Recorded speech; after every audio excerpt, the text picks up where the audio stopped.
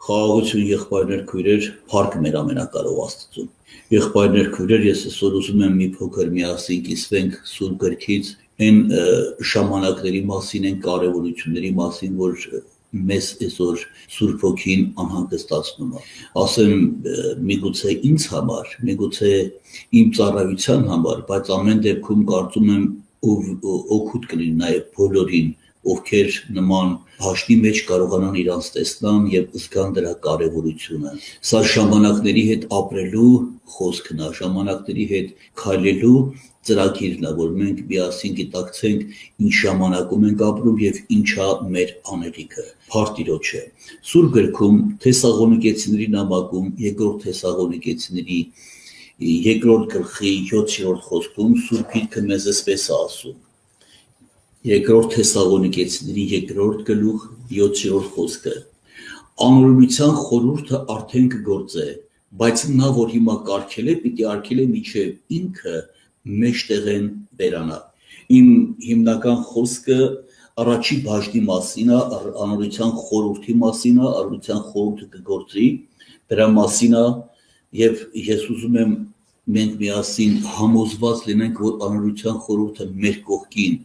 բարձրանում է, շատ անգամ մեր վրա խաբար չկա։ Եթե խաբար կա, ուղղակի նա մեր գիտության մեջ է, որ խաբար կա։ Մենք ուղղակի որպես գիտություն գիտենք, շատ քրիստոնյաներ օրական իրանք հետաքրում են, որ այսպիսի նորություն եղավ, չարի այսպիսի գործեր եղավ, այսինչ երկրում, այսինչ տարածքներում այսպիսի անօրինություններ է, բարի է, Սուրբ Գիրքն ասում է, եղբայրներ չեմ ուզում, որ չգիտող լինեք չարի գործերի մասին, բայց միևնույն ժամանակ սա չի մեր հիմնական նպատակը, եթե մեր հիմնական նպատակը սա է, սա մենք սխալվենք իմանալով։ Իմանալը նրա համար չի, որպեսզի մենք կարողանանք գիտակցենք, գիտություն ունենանք, թե ինչեր կարող լինի։ Իմանալը նպատակը նա է, որպեսզի մենք դրա հակառակը կարողանանք ունենալ մեր կյանքում։ Թշնամու գործերը ճանաչել նշանակում է դու պատրաստվես նրա գործերին հաղթելու համար։ Ես մի հատ հետաքրքիր օրինակ եմ ուզում բերել մեր կյանքից, մեր երկրից, այս վերջին ժամանակներից եւ խնդրեմ, որ սա որպես իրականություն մենք ճանաչենք, հասկանանք, օրինակ 90-ական թվերին, երբ որ Հայաստանում եղավ հնարավորություն, եղավ մեծ պայքար Արցախի հետ կապված, մենք ունեցանք հաղթություն։ Մենք կարծես թե հաղթեցինք եւ գնացինք, մեր տարածքները ամրացրեցինք, բայց ամրացնելը դեռ չի նշանակում լիովին հաղթանակ։ Թշնամին չբավարարվեց սրանով։ Նա ուզում էր իր սենց ասած ծրագիրը կատարի, ուզում էր իր ուզածին հասնի, եւ մեզ թվաց, թե մենք արդեն հասել ենք։ Հոգևոր կյանքը պատերազմ է, որ եթե այսօր ունենք հաղթանակ, չի նշանակում այս հաղթանակը մինչև մեր կյանքի վերջը կարող է մնալ։ Հաղթանակը տվյալ պարագայում ունենալը չի միայն, հաղթանակը պաշտպանելն է կարող։ Մենք այսօր եթե հաղթեցինք, չի նշանակում սրանով վերջացավ մեր պայքարը ու պատերազմը։ Նա պիտի մենք հաղթությունը պահեինք, բանը ունենալը չի, բանը ունեցածը ամուր պահելն է։ Եվ այսօր եղբայրներ քույրեր, եթե մենք ունեցանք լուրջ խնդիրներ այս վերջի ժամանակում,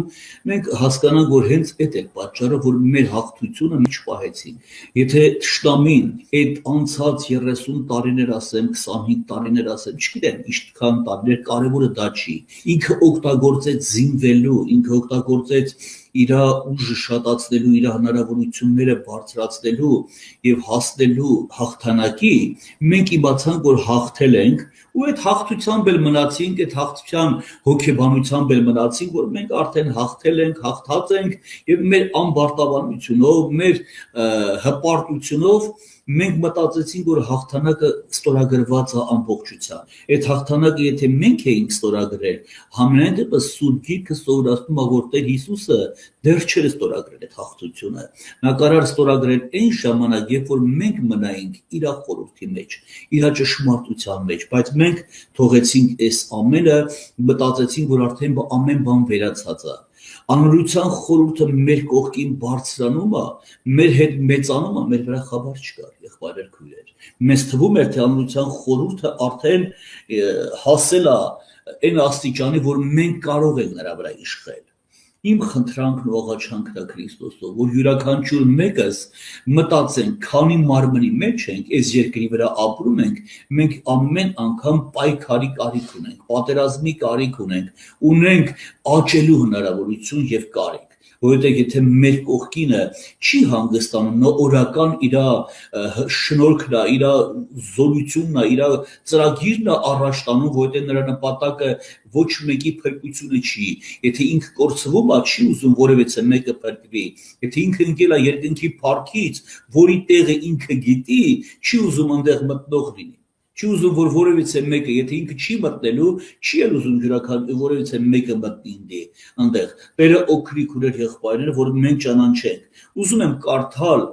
այս բառի վրա եւ մտածել, ես ուրախ եմ եղբայրներ քույրեր, որ մենք այսօր կարողանում ենք, ոչ թե միայն ես կամ դու կամ մեկը, այլ բոլորը կարողանում են այդ միտքը པարզ հասկանալ, ճիշտ հասկանալ, չբավարարվել իմանալով, այլ ճանաչելու գաղափարը լավ իմանալ։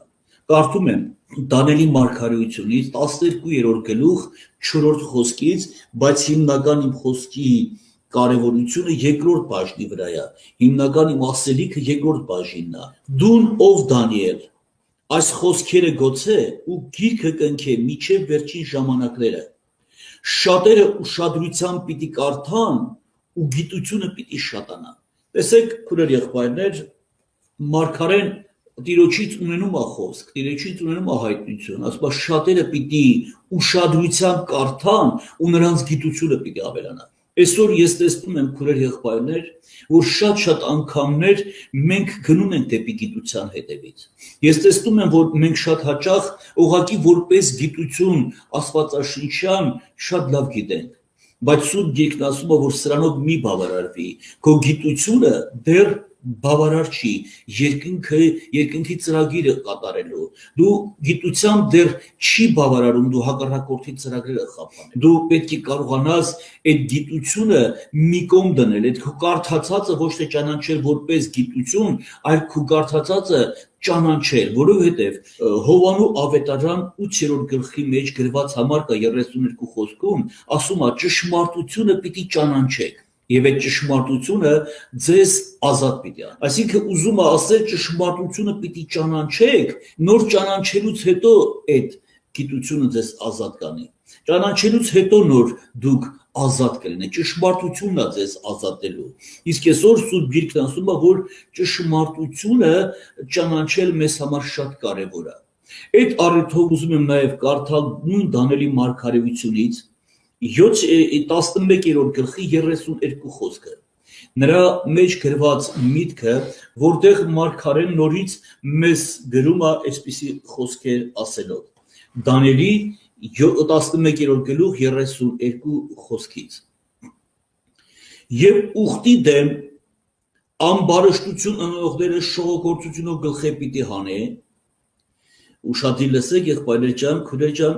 բայց իրենց Աստվածը ճանաչող ժողովուրդը պիտի զորանա ու պիտի ընդդիմանա։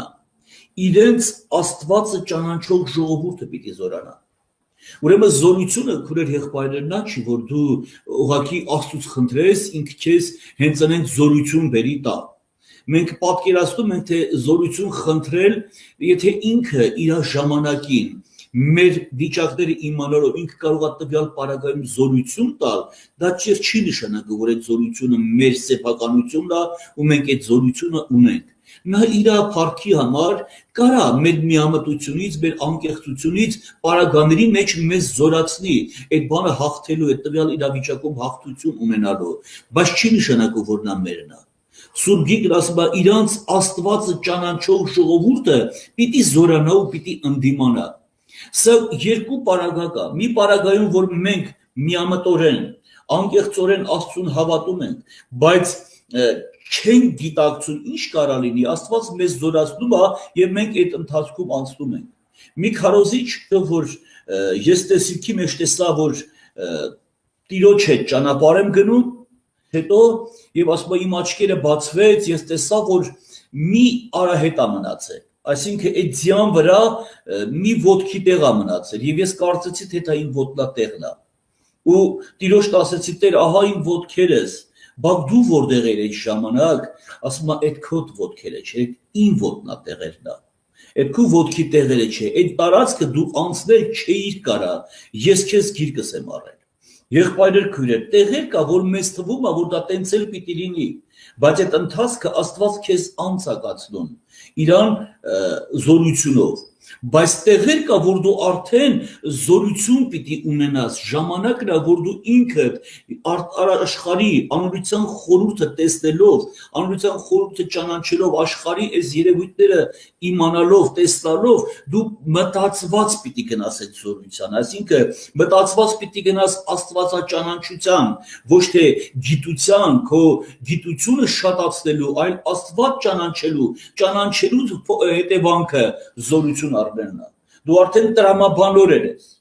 Մենք շատերս լավ գիտենք Հիսուսի այրան մասին։ Այն տատիկներին էլ,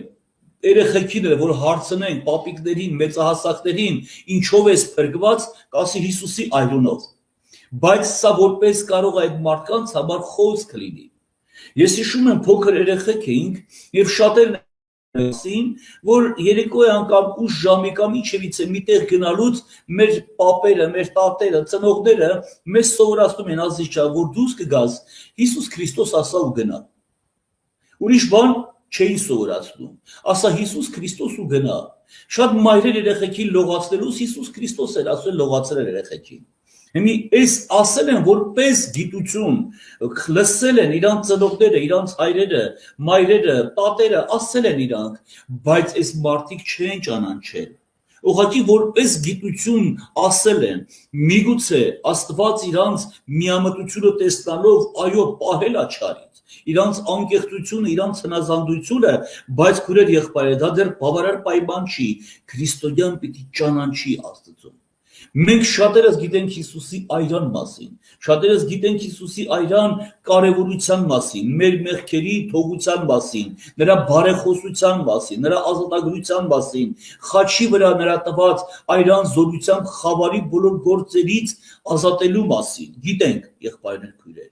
բայց հարցը մնում է նրանում, ունենք թե ուղղակի գիտենք։ Դա մեր կյանքում հաստատություն է, թե հաստատություն չի։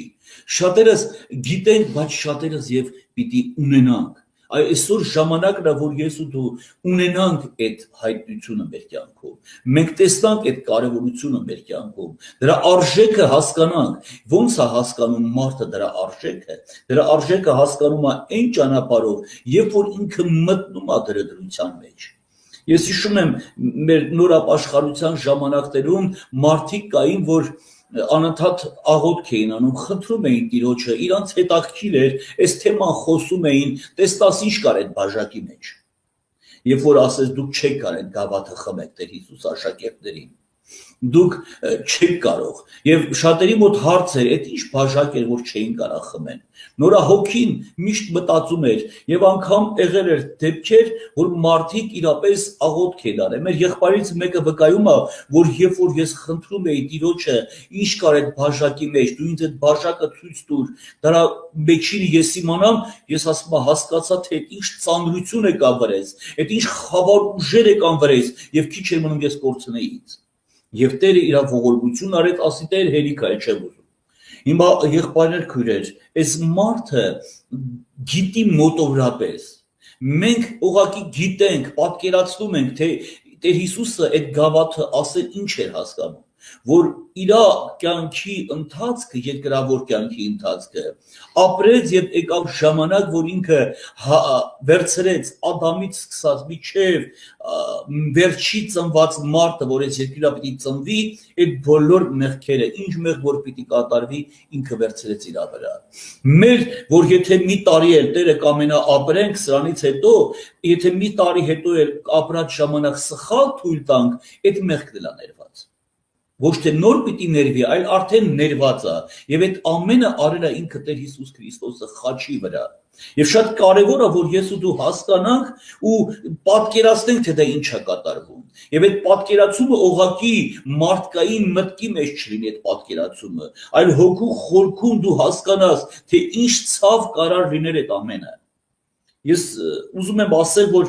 թե իմ անձնական կյանքից, թե հոգևոր կյանքում պրակտիկայի մեջ, ասենք, եղած դեպքերից, որ մարդիկ, որոնք մեղք են գործել, ու այդ մեղքի հետևանքով իր հանգիստն է կորել, հանգիստն է վերջացել, խաղաղություն չի ունեցել եւ պայմաններ է փնտրել ազատագրվելու։ Ինչի, որովհետև իր արածը, իր խշտվտանքը տանջում է իրան, իր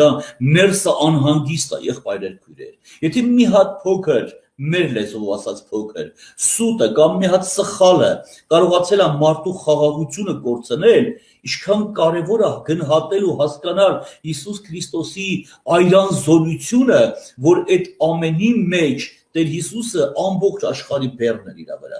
մեղքն էր իր վրա, եւ ամբողջ աշխարհի մեղքը տանելով ինքը ինչ տառապանքեր ապրում, ինչ ցավ էր քաշում։ Արյունը հասկանալ, գնահատել, Հիսուսի գործերը հասկանալ, պիտի կարողանանք մտնել նրա դրության մեջ, խնդրել Տեր Աստված, իմաստություն տու, որպեսզի ես ճանաչեմ այդ տառապանքը, այդ տառապանքը ճանաչելով ես չգիտեմ, թե քեզ Աստված ինչ ճանապարհով ցույց կտա, բայց հավատում եմ, որ անպայման քեզ պիտի ցույց տա ու դու պիտի կարողանաս հասկանալ, որովհետև մի տառապանքի ընթացք անցավ, որտեղ Պողոս առաքյալը կարողացավ հասկանալ իր խղճալի վիճակը։ Պողոս առաքյալը կարողացավ գնահատել եւ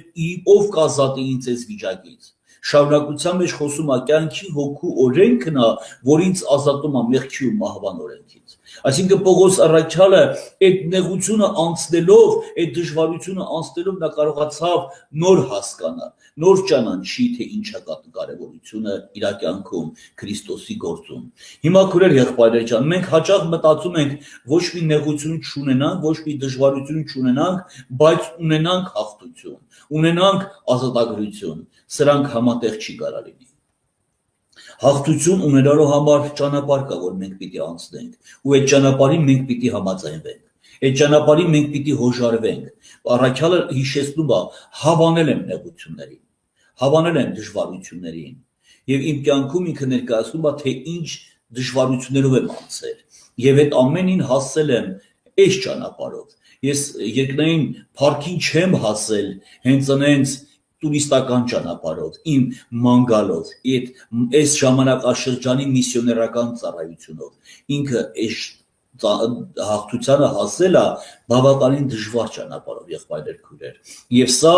տվել է ճանաչել Աստծո գործերը, եւ երբ որ մարդը սկսում է ճանաչել, ավելի է խորանում ավելին ճանաչելու համար, ավելին մտնում է այդ գործի մեջ ավելին ճանաչելու, ինչքան մոտիկանում է Աստծուն, այնքան ճանաչում է իր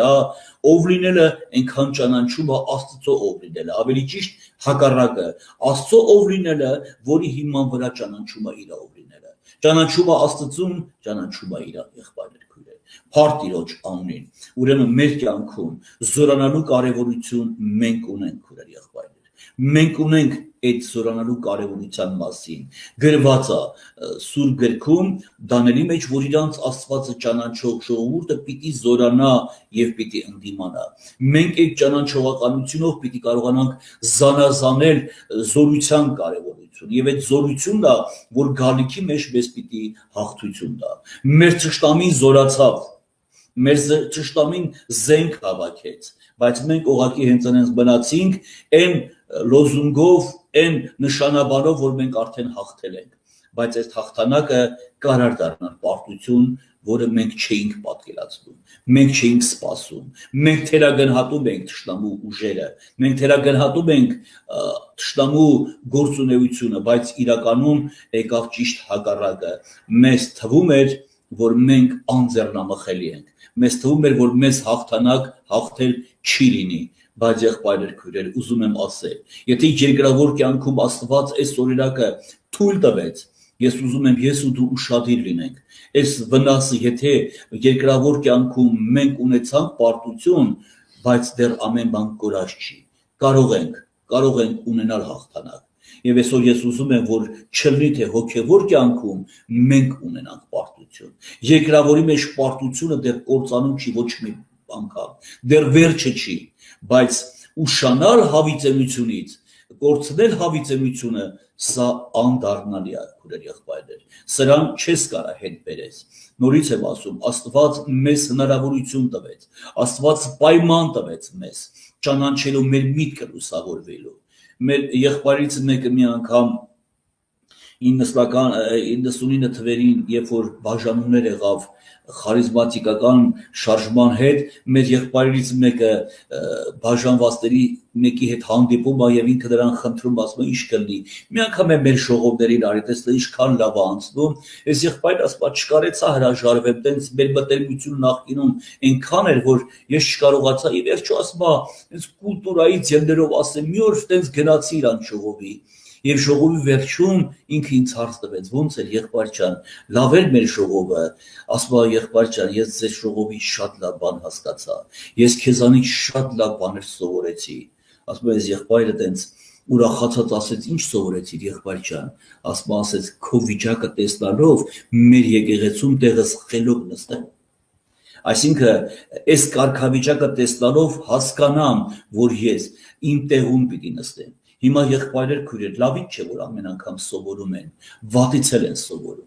վատից ունենք սովորելու բան։ Այս են ժամանակները, որ վատից պիտի սովորենք, այսինքն վատ բան տեսնալով զգուշություն անել, որ հանկարծ մենք չընկնենք այդ նման կարգավիճակում։ Տեր մեզ ողորմություն արա, որ մենք չլինենք այդ վիճակում, մենք չկանգնենք լուրջ այդ խնդիրների առաջ, այս էլ զգուշություն անելը, այս էլ հետ դառնալը, այս էլ փախնելը այդ վիճակից։ Եվ Աստված ուզում է, որպեսզի ես ու դու կանգնենք Տիրոջ առաջ մաքուր խշմտանքով, ազատագրված։ Տերը օժտի։ Եվ վերջում քուրեր եղբայրներ ուզում եմ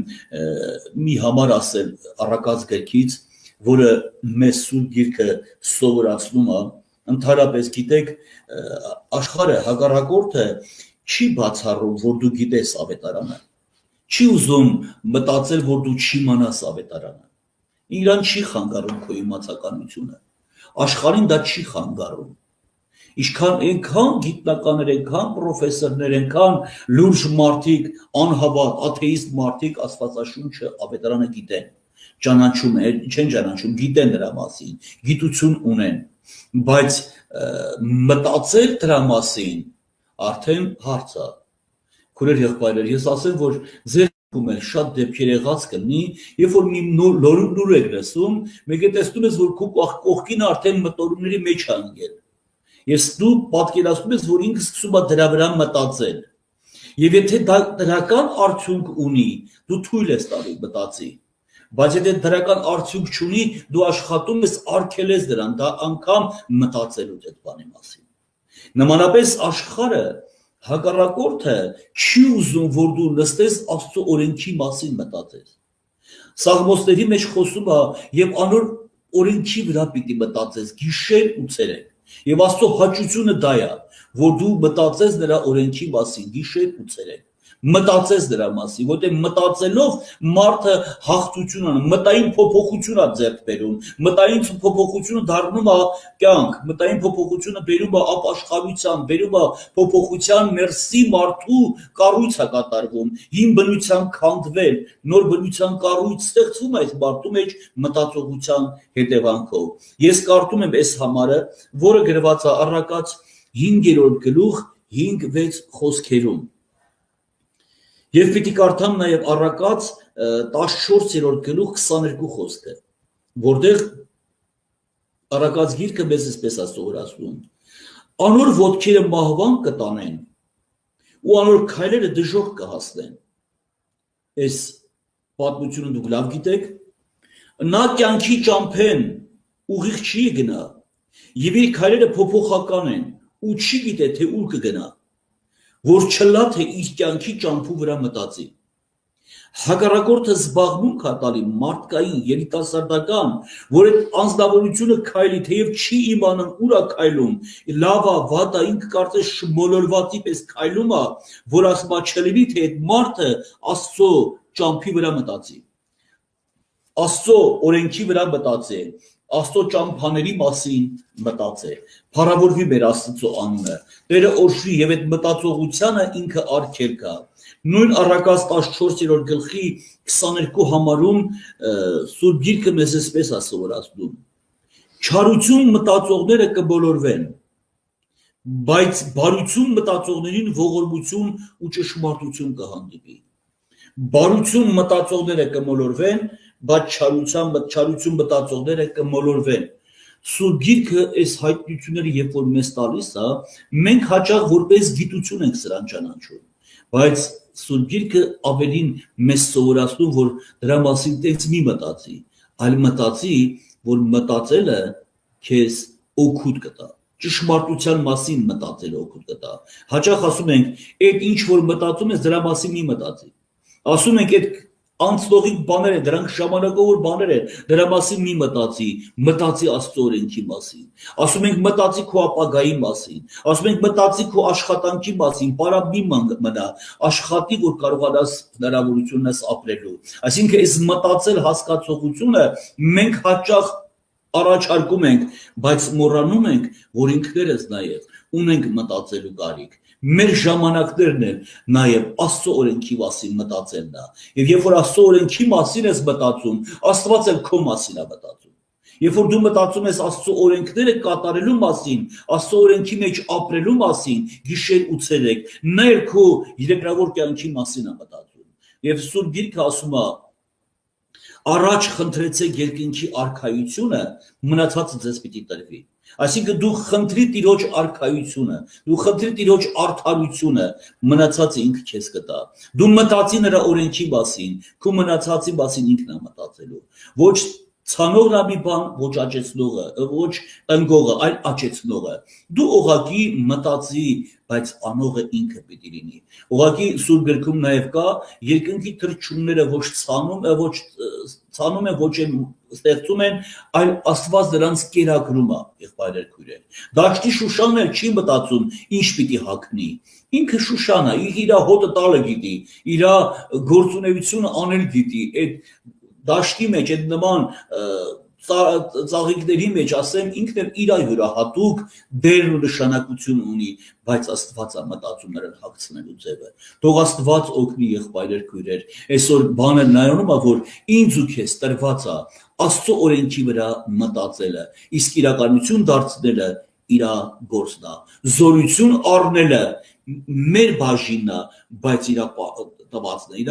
բաժինն է, որ ինքը մեզ պիտի տա, երբ որ մենք ճանաչենք ճշմարտությունը։ Ամեն։ Տերը օրհնի, սիրելի եղբայրներ քույրեր, թող Աստված զորացնի ու սրբացնի մեզ բոլորիս։